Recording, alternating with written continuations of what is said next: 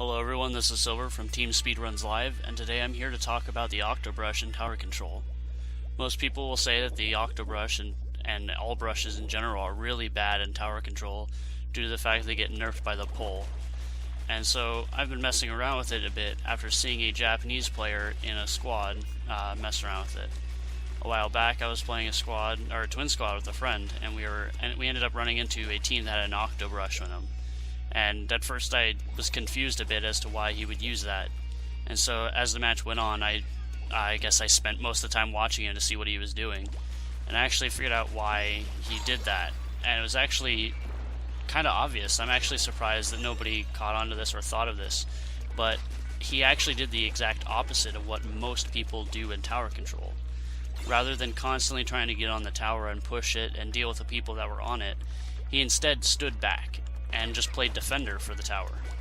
Rather than constantly getting on and trying to, deal with people that would jump on with him, he would stand back and follow the tower as his team pushed, and then he would deal with the people that tried to get on.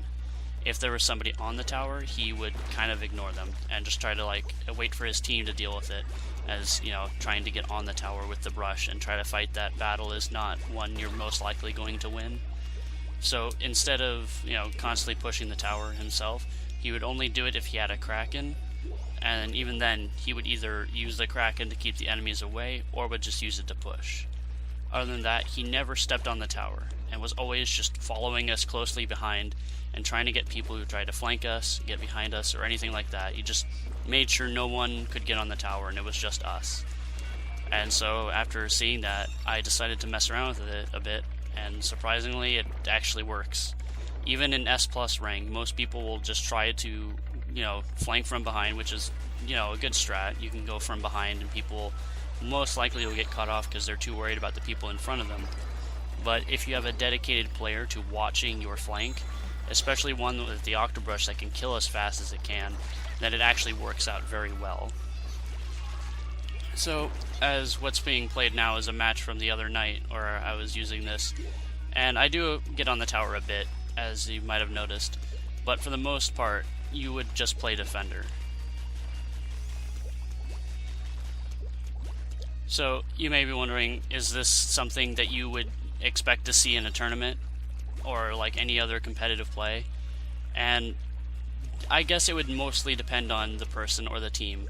I personally, after a while messing around with this, I feel completely confident doing this, but only in certain maps. It kind of depends on what maps have, hazards. Like Camp Triggerfish and tower control, that's not going to work. Mostly because there are two different paths that people can go on, and then if you crack it on the tower, you're most likely just going to get pushed off.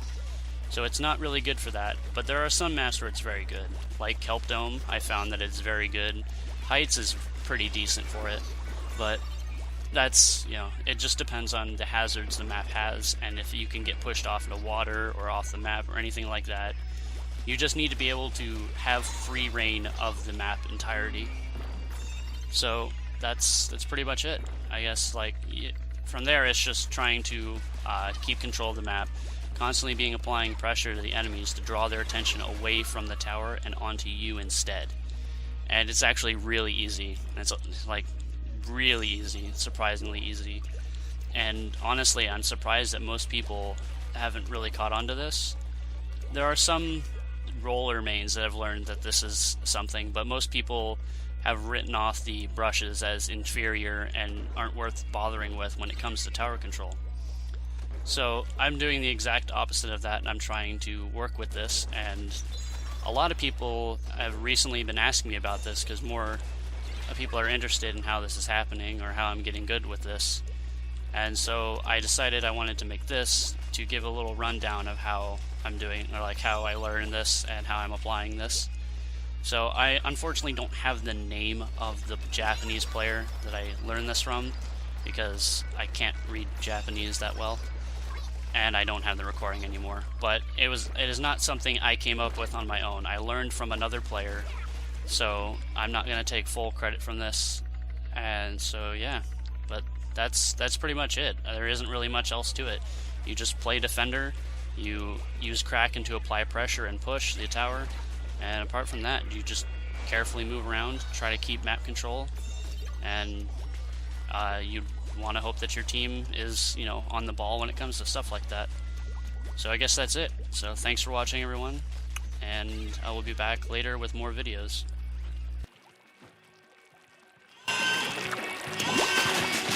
Yeah.